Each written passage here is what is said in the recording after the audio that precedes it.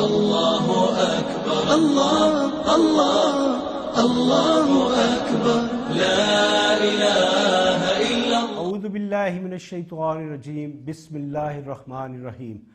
Assalamu alaikum and good evening. I'm SAJ Bhatt.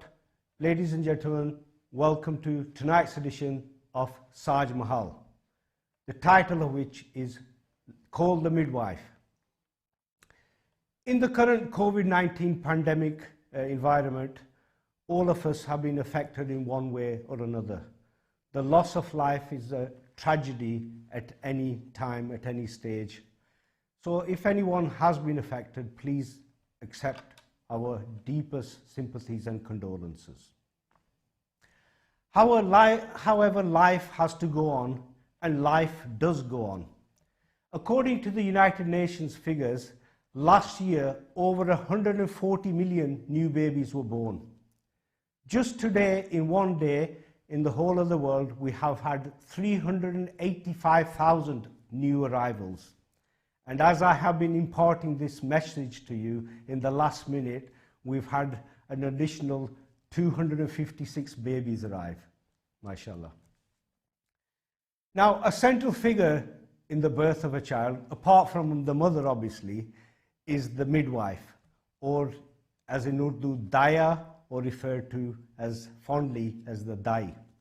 The midwife has a major role not only during the pregnancy period, obviously the labor period, and then thereafter the care.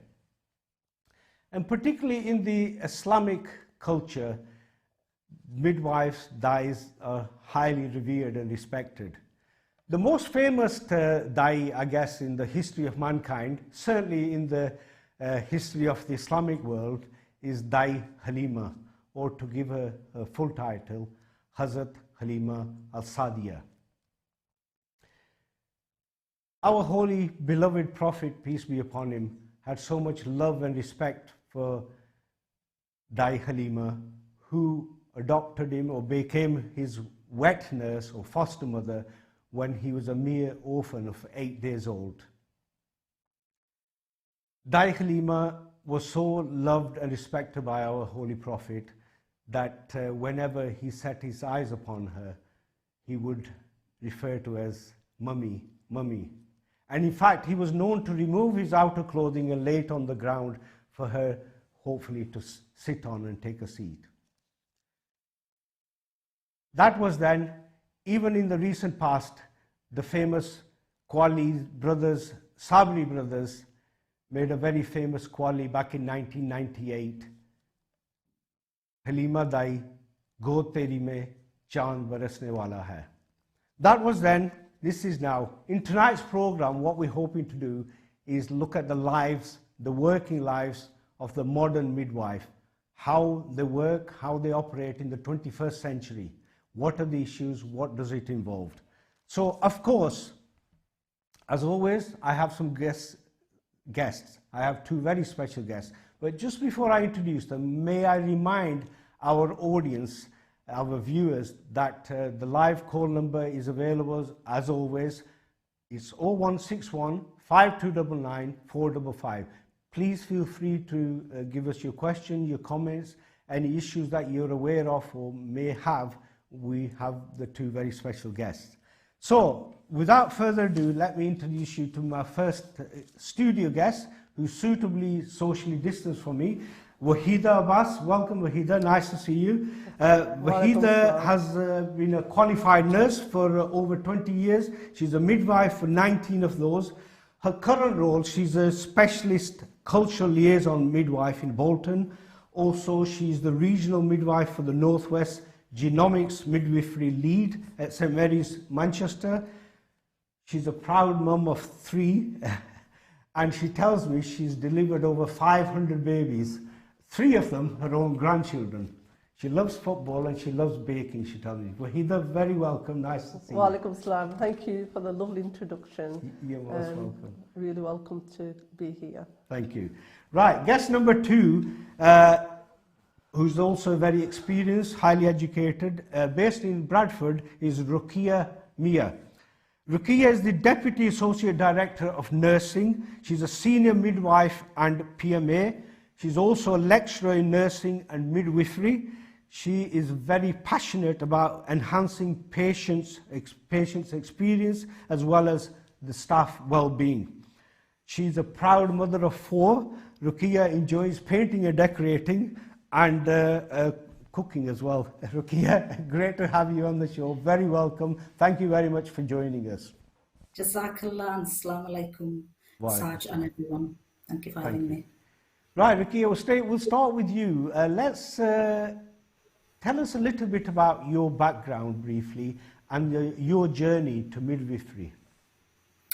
So I think you've probably summarised it really well. So my journey started in 1991 as an adult registered nurse. So in the days when it wasn't very popular, South Asian girls certainly didn't venture into nursing roles or midwifery for that matter. So I practiced then and started the journey really then.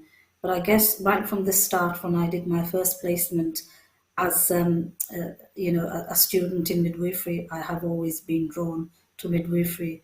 But then when you start one journey, you really then get engrossed in it.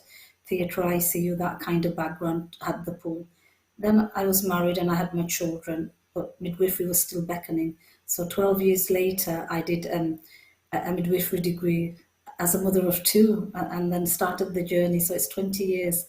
And it never really stopped, the lifelong journey of midwifery and going into various advanced practice as a nurse, as a midwife. I've never really shaken any of my qualifications because they kept enhancing and really informing every practice. You can't really care for a woman if you didn't understand some of the other health issues that she may come along with, and particularly in the community and the geography that I practice in. Women do have health conditions, so my nursing role is integral to midwifery. So yeah, and here I am now delivering vaccines. I think is my current role. We'll both as a nurse. discuss that in a little bit more detail later on. But thank you for now. So Wahida, same question to you. Was it something midwifery you always wanted to do as a child, or is that something again that developed and your journey started in one area and then you moved into another? So my story is kind of different from Ruqiyya, but a bit similar. So when I was young, I remember my dad buying me a nurse's uniform. Okay. So he was encouraging me to do nursing, but yeah. As a teenager growing up, I didn't really want to do nursing because I thought I was too young. I wanted to do something different. So I went to but then I got pregnant, so I had to delay that. So my daughter, she was 6 months when I started health studies degree. So I finished that off and I applied for a scholarship for nursing. So I got the scholarship and the nursing was 2 years. Qualified as a nurse, I worked at A&E, and then what happened was I thought, I want to do midwifery now. So I applied for midwifery, got through, successfully completed the course, worked as a midwife, and then I did my master's in public health, and then I kind of left the midwifery role and went into public health. And then I missed midwifery so much because of the community. When I went in the community, the women, I actually had a really good rapport, a relationship. And they kept saying, Wahida, please come back to midwifery, we really miss you. So I came back to midwifery, and since then I've kind of not looked back, and I've just kind of like really enjoyed the role, and a lot has changed in nursing and midwifery, but like Ruqiyya, I think with the nursing, I thought it was really pertinent to me and for my career development, because there is a direct route, but I chose to do the nursing prior to doing the midwifery.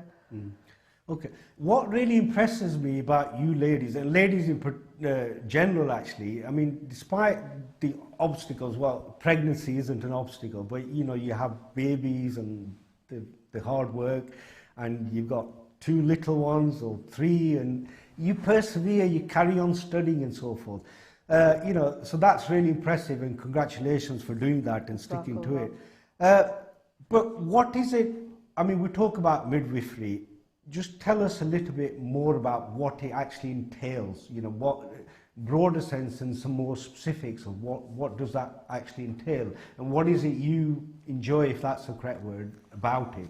So midwife term means with a woman. So in my terms, we call it uppity midwife. Yeah. So basically, I mean, nowadays in nursing and midwifery, careers have changed so much. You know, there's so much focus on public health, and I see myself as a public health practitioner when you're working as a midwife. So it's anything from preconception, before couples actually, you know, have babies, they can have preconception care, which is really, really fascinating because there's so many genetic inheritance issues. Yes. And so I quite enjoy that, counselling patients, women and the families, and ensuring that, you know, they are aware of the, you know, inheritance risk and genetic implications, because that's quite important. And most of my role has been around screening, so antenatal screening, which when the women attend the first booking appointment, 10 weeks gestation, you ask all these questions and screening questionnaires about their health, family history, taking the bloods for, you know, infectious diseases. And I think from that, what I get out of it, it's when somebody's from your own community and they have language difficulties, you've actually, you've actually improved somebody's health outcomes by getting the informed consent and creating that individualised package for them. Because a lot of our women, they've come from a different country, they've got language issues, and that can have implications for their antenatal care and postnatal care. Okay, thank you. So, Rukia, what particular aspects of midwifery do you enjoy or find the most satisfying? I think, as Wahid has alluded to, you've got to want to work with people. So we work for women, but remember, it's not just the woman, but it's a family. So particularly Muslim women or South Asian women, we work in a family system. So it's taking on board the woman's care foremost and her wishes, but you've also got the other members of the family, aside from the partner. You've got mother-in-laws, mother, father, so essentially the grandparents of the child that's going to come to this world. So you work together with a family around antenatal care. So if there are any underlying health conditions, how can you support and how can you provide the correct information and choices?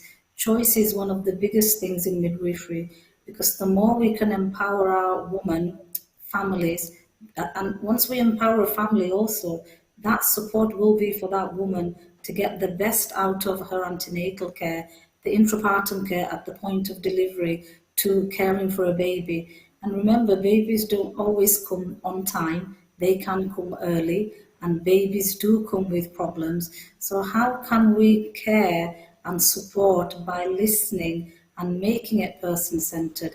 What fits that family and the needs of that family? So it's working with families together to provide the best package of care for them at that moment in time. So my background is transitional neonatal care. So preterm babies, or babies, as Wahid has alluded to, congenital abnormalities, and it is the most difficult time. But with the right support, you can make a difference. You can be that support for the family so they enjoy the most special time, regardless of the challenges that they may have. So yes, it's very diverse. But the second point, I suppose, is supporting the midwives to be that carer. So that's where my passion lies, really, supporting others to provide and work for our women.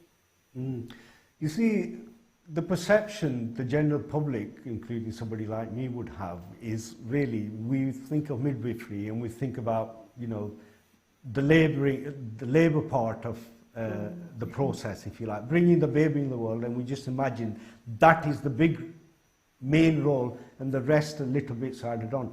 But it seems to me the picture I'm already forming is that really that's the really small part of it, and the pre-labour and the post-labour part is the bigger role. Quite important. Yeah. Yeah, because obviously from the onset, as you do the booking, you can do a risk assessment of what complications might arise. Now, sometimes there can be a low-risk women, so low-risk pregnancy, but that can suddenly become into a high-risk pregnancy. So quite a lot of our women, because of the nature of the culture, their background, their diet, they have quite, they have quite high morbidities, so it means that they can have high blood pressure, hypertension in pregnancy, they can have diabetes in pregnancy, and all sorts of other complications. And also put together with living in deprived areas and not having access to the right service at the right time, and that can change the whole scenario. I mean, ideally it would be good if, you know, like there was more of our midwives from South Asian background. So is there still, I mean, like many others, is there still a shortage? Are we, you know, need a lot more? Are we? A lot more. I mean, the thing is, like, you know, in maternity, it's so different. The numbers are so low. Really? I mean, the unit I work in, this senior level, there's probably only about 3 of us. Yeah. Now, as you go up into higher rankings, Yes. the lesser you see kind of a brown face, Yeah. if correctly put it. Yeah. The lower you go, you'll see quite a lot of midwives, band 5s and band 6, but it's really hard to kind of reach the higher levels. Very, very difficult. Rukia, what is being done to address that? I think a number of works underway. That work involves, you don't start at university. The work really starts with schools. It's role modelling, such as myself and Wahida. But at school, if we can show young South Asian girls the career choices, and very similar to what Wahida and I have done, the career journey of a midwife isn't just, as you've alluded to earlier, within a unit where you're just delivering a baby. Yeah. It is across the system, it's across the communities, because to get to a pregnancy, a lot of work needs to happen. Yeah. So there is a lot of initiatives underway, but we collectively, as healthcare professionals, and such as this program, it's about you know, saying to youngsters that are aspiring to be future, you know, professionals in healthcare, that there is opportunities out there, and you can make that difference. Because 30 years, nearly 20 years in midwifery, I still haven't lost my passion to bring a child into the world, you know, provide the necessary tools and support, and you could do it from various angles. And South Asian families need that. So, you know, we need young people to come forward and look, you know, come to us and say, I'm interested. And I get this all the time. Okay. Show me, tell me what I need to do. Okay, so this is a good time to remind our viewers that the live call number is available should any parents have children who want to get involved in this area. And so the number is 0161 5299 455. 0161 5299 455. Now, I wanted to ask this before I forget. It might sound a silly question, and it is a silly question, but in this day and age of equality and diversity and so forth, where everything, you know, you need to give everybody equal opportunity, and a lot of terms are being changed as well. So, I mean, is there midwife, is there a kind of mid-husband, do we have male midwives? What's the correct terminology? What's going on in respect to that? We do have male midwives. Do we? Yeah. What's their title? They're not surely called midwives, are they? Yeah, male midwives. Are they That's male the midwives? title, Okay, yeah. fair enough. Right. So actually there's 2 that I know of, and they're both Muslims. Oh, right. Which I was really impressed with. Yeah, brilliant. Okay. So, which is really good to them, because obviously it's about breaking barriers and saying, look, I've done this, and it's encouraging parents, creating that awareness, you know. So how does that play out with the Muslim women, and there's a Muslim man, male midwife? Is that... To be honest, I think they always would ask the woman, oh, are you happy to have a male midwife? Yeah. And nobody says no. Really? Yeah. So, and I think it's when you're in that, you know, kind of like you're in labour, you just want somebody to listen to you and support you through that journey. Okay. Because it can be a difficult journey, you know, and you just need somebody to tell you that everything's going to be okay, whether it be a male midwife or a female midwife. So that's very promising, actually. So, Rukia, have you come across this as well? Is that a growing phenomenon? Yeah, but I haven't come across a male Muslim midwife. Okay. But my argument to that, you know, is that you've got obstetrician who are Muslims a lot. So what's the difference? True. It's as Wahida said, it's Yeah. about care, it's about compassion, it's Okay. about dignity, and it's about providing that support. But I haven't had that pleasure of meeting a male midwife just as yet, but I Yeah. would love to, and I would endorse it, absolutely. Right, so just moving on, thank you for that. There's obviously different types of midwifery. There's the hospital and community midwifery. So what's the basic difference there? So it depends what area you work in. Now, all areas are different. So if you're a community midwife, you also obviously work in a community. You have your own caseload. You're setting either a children's centre or a GP service. And then from that, you would also cover home deliveries, home confinement, and also work in the hospital on the birth centre. That's currently how it rotates. Or you can have midwives just working as a core team member on the delivery suite. You've got midwives who just do specialist roles. So last year, I was the lead for hemoglobinopathies. So all the women who had an abnormal blood type, so say sickle cell or thalassemia, they would be referred to hemoglobinopathy specialist midwife who would kind of like do Now, this. I've heard there seems more in the South Asian community, those issues. Is that correct? Well, your thalassemias, they're more common in South Asian communities and Middle Eastern communities. Your sickle cell, that's mostly Black African communities. Right, okay. And with your alpha thalassemias, zero, they're more in kind of Southeast Asian. Right, okay. So, and there's also other different abnormal blood types as well that. Okay.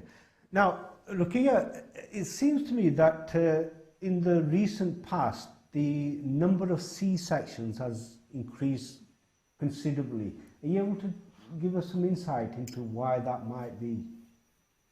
Yeah, so it's multifactorial. I think if we look at the numbers just purely based on the figures for itself, it really wouldn't be telling us too much. Right. You've got to look at those figures where you're looking at risk, you're looking at choice, you're looking at physician choices and risk adversity. Yeah. So if you look in isolation at just rising rates of C-section, it's not really going to give you a true representative answer really. So you need to break it up and see where those figures are, at what time period, and those three other things that I've mentioned. So in isolation, it probably wouldn't tell you a true picture. But I think choice, so it goes back to how we prepare women antenatally. So, you know, if we've talked to a woman and relaxed and calmed her and discussed about the importance of going for a home confinement, a home birth, or going to a birth centre, the less intervention route, you're going to have a different outcome because you're going to work with that family, with that woman, to try and normalise birth and have a normal delivery. If you start, or don't start off as well antenatally and have that engagement, you're likely to have a woman where they can fall into hospital and guidelines. When you go into a guideline, if you haven't progressed at X number of hours, then there are criteria, which means you need to implement this after so many hours, and each one can potentially take you to the route of potentially an instrumental delivery, where you need assisted delivery with forceps, and potentially a C-section. Yeah. So it's that kind of holistic approach, I think, really is what we need to be looking at. Okay, thank you. Now, Rukia, I know you want, well, not you, actually the government is wanting to promote the uptake of COVID vaccines during pregnancy. Tell us a little bit about why that is so important. So COVID infections are one of the biggest risks for pregnant women, and particularly for women of South Asian and Black and Asian ethnic minority groups, particularly in the third trimester, so from 28 weeks onwards, when a woman's body changes, the diaphragm, with the growing baby, puts extra pressure on the chest and that kind of thing. We know COVID is causing devastation, and it's a virulent, a highly infectious disease. When a pregnant woman then contracts that, you can imagine the impact that it would have on her respiratory system and systemically. So we know that from some of the high-risk cases, like psychopathy in Birmingham, tragically, we're still reeling from that, and many more other sad cases, that infection rates are high. Pregnancy is a very anxious time, and with the vaccine, there's a lot of misinformation around it. So you've got pregnancy-related anxiety, you've got a vaccine shrouded with lots of misinformation. So uptake is low, Saj. So that's the problem we're seeing, because the hospital admission rates are mainly unvaccinated pregnant women, and these women then are becoming very seriously ill, which the risks for them is preterm delivery to try and alleviate the pressure on the chest and allow her to breathe normally. So women will require intensive care, the ones that have been really, really sick. So there's consequences for a baby having an interrupted pregnancy to deliver a baby. So we need pregnant women to be vaccinated, so they to have their first, second and booster doses, because the evidence out there is showing that that's the best known protection for all of us, and especially in pregnancy. So they can, if they were unfortunate, because you still can contract COVID, but you are less likely to be sick and compromise your pregnancy. So it is a plea and urge. I'm urging and imploring families, because it's not just the pregnant woman. In a household, the husband or the siblings or the members of the extended family also need to protect themselves in a house where there's a pregnant lady, because you can contract and pass, especially with Omicron. Transmissibility is particularly high. So we need to protect the pregnant lady in a household by also collectively as a family uptaking the vaccine, because the evidence out there tells us it's safe. The evidence or hospital admission rates are also telling us that they're getting very sick and unwell, and babies are getting poorly because of needing to be delivered early. So absolutely, our communities have the lowest uptake, and that's the barrier that we need to break collectively. Yeah, Wahida, is that your experience as well? Because normally, like the confidential inquiries in maternity deaths is saying that Black and South Asian women are 5 times more likely to die during pregnancy, and that's prior to COVID. So that risk is doubled. Just repeat that for me. That's 5%. Amazing. 5% are more likely to die during pregnancy in comparison to the white counterparts.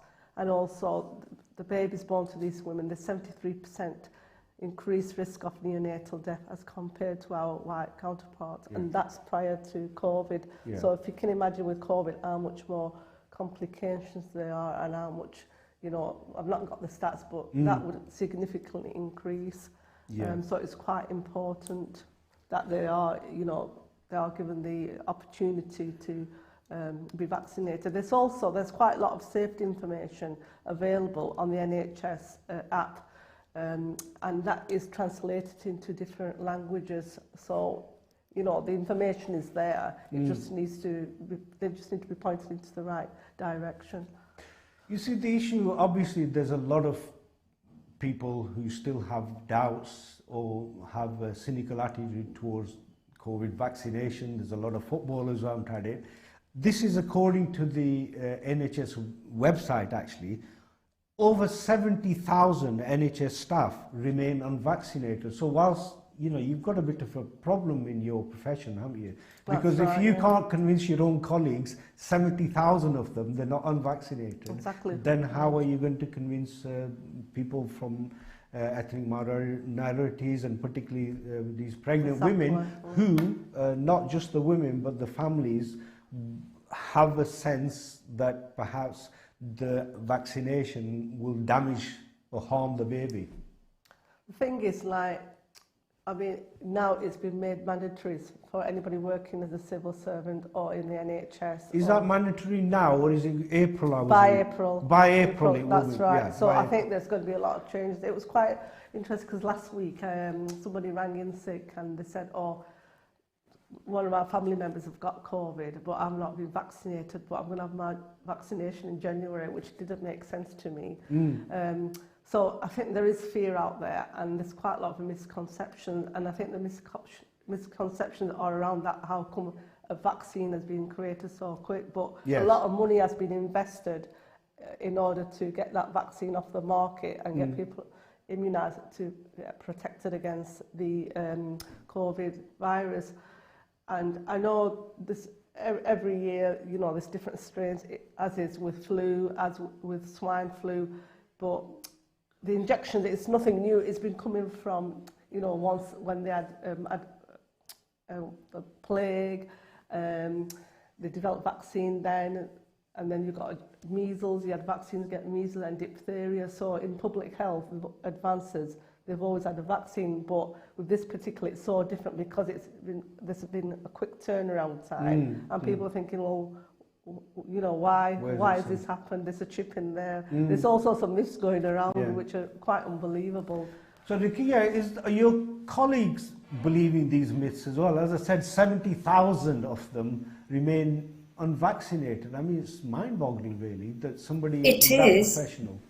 Yeah. So colleagues in the NHS are also people, you know, with families and they have natural anxieties. Yeah. So as you've alluded to, by April, most of us will have achieved that. So today we've just had lots and lots of Q&A sessions with colleagues at senior level medical and management to answer those queries and questions. And you know, I'm pretty confident that people will be getting the vaccination because it's A, to protect themselves, their loved ones, but also to protect the general public that we are here to be serving, because we are the servants of our public. But just to touch upon Wahida's points, the misinformation source is on social media, and the advice really is to look at trusted sites. So for pregnancy, it is the Royal College of Obstetricians and Gynecologists, it is the Royal College of Midwives, and if people are wanting to look at immunity, well, you've got the Immunology Association.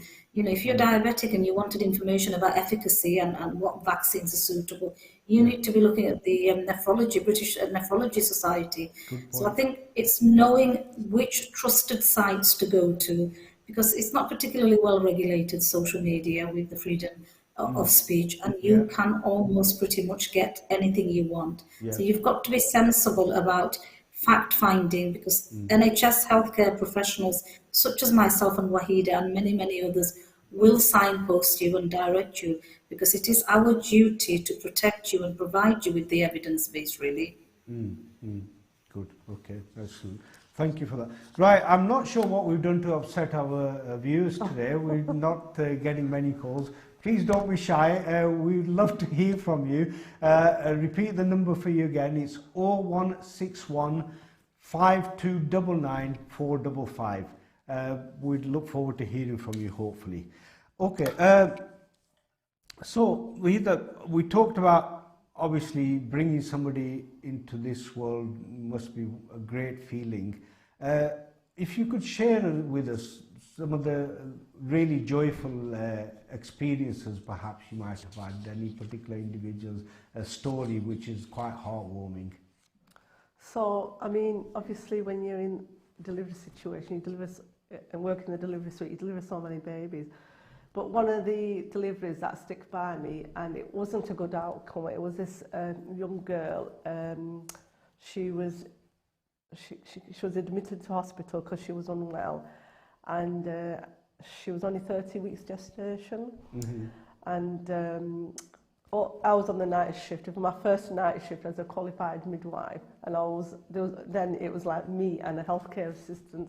So basically what she was saying is that during the day nobody's listened to her, and she was really upset, and she wanted to go out for a cigarette. All right. So obviously I said to her, okay, if you're going to go, you need somebody to go with you. You can't be on your own. So her partner came, so she went out. Then when she came back in, she was really unwell. So I did my assessment, and it turned out that, you know, the baby had a really high heart rate. So I was really concerned. So I called the doctor and got her assessed. And then this carried on. I give her, you know, a treatment, paracetamol, for her temperature to come down. Did the bloods, and then I was quite concerned because I felt as though she was contracting. So I got the consultant, because obviously she was 30 weeks, so it would have been a premature birth, and she was actually fully dilated. We took her to the delivery suite, and she delivered, and the baby actually died, Oh. which was really, really sad. And what she said to me was, Wahida, thank you so much. You're the only one who listened to me. Really? So, and that's, you know, kind of stuck to me, you know. So I've never forgot her, and I even went to the funeral, you know. It was really, really sad. And one of those stories, you know, to me, I made that difference to her by listening to her. Yeah. And that's what it's about, being their advocate. Yeah. And, you know, there are lots of stories like that which are really, really touching. And sometimes, I mean, I know it's a joyful event, but sometimes the outcomes can be really, really upsetting. Yeah, absolutely. And, absolutely. you know, and they stay with you for the rest of your life. I mean, that must be one of the worst feelings when a baby is stillborn. I mean, Exactly. It's just sad, very, very sad. And it happens, you know. And the sad thing is in our South Asian communities, there's a higher risk of stillbirth because of, you know, the comorbidities and the lack of antenatal care, their access. Because of comorbidities like a high rate of, like, obviously, blood pressure, having diabetes in pregnancy, being overweight, having an unhealthy diet, not, you know, looking at the signs of reduced fetal movements, so things like that, you know, which can be missed, and that can lead to a stillbirth. So, you know, that's why it's quite important to get, you know, be fit and healthy. Fit and healthy, vaccinated against, you know, infectious diseases. Because it's not about the woman as well, it's about the family, because if something happens to the wife, the mum, it affects all the family, you know, and it's quite important. I mean, there have been some great times when I've delivered half a Nelson, it feels like that. All the relatives, they say, oh, what are you doing? Oh. What's it feel like delivering your own grandchild? I mean, that's mind-boggling for me. It's actually quite... With the first one, I had to actually have a senior midwife with me, who's my manager at the moment, and I said, oh, I need somebody to come with me because it's the first grandchild and I'm really scared. You're even more nervous. You're panicking, panicking. And because like I'm the mother there, and it's quite frightening, but it is beautiful, it is emotional. Yes. But then when the second grandchild came out, I didn't have time to think because he was delivered so quickly. And the third one was born at home, and that was absolutely amazing. Really? Really amazing, yeah. So, Nakia, if you could share with us some of perhaps stories that you have, perhaps a happy one and possibly a sad one as well. There's been lots and lots of happy ones, but equally and sadly there have been not so many. Two stick to my mind, and one is very similar to Wahida, really. We spent the best part of our careers in midwifery educating women about being safe and what to look out for. So as you know, with a growing baby, we do say what's normal, what are the normal movements that you know is normal for your child. Keep an eye on those movements. And one particular lady had called, and she said that she'd noticed the reduced movements. So I said, well, if that's the case, you need to come in so I can check you out and see if baby's unwell. And it was the way she'd spoken to me. She'd said that, can I wait till my husband comes home from work? But, you know, when you really connect with a woman and you truly actively listen, there was something in the voice that really made me think, well, actually, you're worried enough to ring me, and you're still talking to me saying, this isn't normal, I hadn't felt this, but I'll wait for him to come home. I said, no, you need to get into a taxi and you come and see me so I can check you out and make sure that baby's okay. Sadly, when she did come, it wasn't. That is the most difficult thing that a midwife experiences when you trying your level best to try and find the heart, and your heart's sinking each time. So we lost the baby. And that devastated look on both the husband and wife will stay with me forever. It was a full-term baby that she'd lost. And it was hard for her to take it in because she did come back a couple of hours later, because the plan is obviously to deliver the baby, but there is a process. You don't hospitalize people. But she needed lots of reassurance. Try again, Ruqayya, please try again. See if you can hear her heart rate. Sadly, we couldn't, but we had to go through that. But the other joyful thing, and I worked in neonatal transitional care with preterm babies and babies with conditions, is when a preterm baby is born early before they fully develop their sucking reflexes, this is the the most difficult job for parents, a mum and a midwife, is to get a baby initiated and established on breastfeeding, and it takes hours and hours. You've got a baby that just won't breastfeed. You've got an anxious mum who's also worried, but as a professional, you don't want that baby to drop the blood sugar because already they're preterm. But that belief and empowering and supporting this mum to do this is the biggest achievement. And I remember it was Ramadan, and I was again like Wahida on night duty. So I'm looking at the clock, can I have my last drink? But I couldn't. I didn't want to leave the baby because the baby needed his drink. Yeah. So I remember persevering and persevering, and some of those babies stay with us for months as they start to put weight on that we feel comfortable. So we had that baby for probably at least 3 or 4 months before we were satisfied that baby was established on breastfeeding, gaining weight, and mum was able to manage the regular feeds. A few months after, there was a knock on our unit door, someone asking for me, and there was a big healthy child with legs, chunky legs standing there. And they said, "Oh, we're looking for Kay." And I'm looking at them, I'm thinking, I know you, but I don't recognize who you've got. She said, "This is the baby that you helped me over Ramadan to establish. I was tired, I was exhausted, you were tired, but it didn't show it. But we've got the baby on, and my baby, alhamdulillah, breast milk is the best. Islam says so, research says it. And together, that mum and I managed to get the baby to where it needed to." Despite all the promotion to that effect, is there a decline in breastfeeding, or is it on the increase, or is it more or less same? It seems to me that we're not seeing the increase that we need to see, because that's the best for mother and baby, and the evidence out there is just huge. So we need to promote that, and we can do it through cultural understanding and underpinning the religious and cultural hadith, the information, the evidence that supports it. Absolutely. Okay. Right, let's, Wahid, maybe a little bit controversial, I don't know, maybe I'm reading between the lines. I was reading your New Year's message on LinkedIn, and you stated, "It is this time of the year when we all can let go of all disputes and fights and focus on mending everything for the new year to come." What's going on? No, it's just like, I do quite a lot of poetry.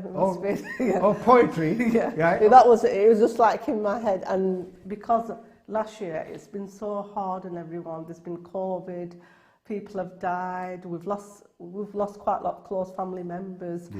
Like in November, one of my aunties passed away, sadly. And she was like a second mother, and my husband's relative is his cousin passed away. And it's been really sad. And when you look in society how people have got conflict, it hurts, because instead of sticking together, we're dividing. And so the message was to the whole of the world to stick together and let's be a big family and fight through this and get past COVID, because it is hard times and it's sad, and some of us have like missed seeing family. We've been limited in what we can do with our families. It's been a really difficult time. Do you find, as a profession, and specifically in midwifery, is there a good camaraderie, is a good working environment, good spirit? Or is it just like any office job? At the moment, it's really difficult because staffing levels, you're really down in staff numbers due to COVID and sickness and families being ill. So it's really difficult time for the midwives at the moment. Well, across the NHS, not just midwives, even for the education sector. So it's a difficult time. But as midwives and nurses, we are working really hard to ensure that the service continues, and there's no kind of,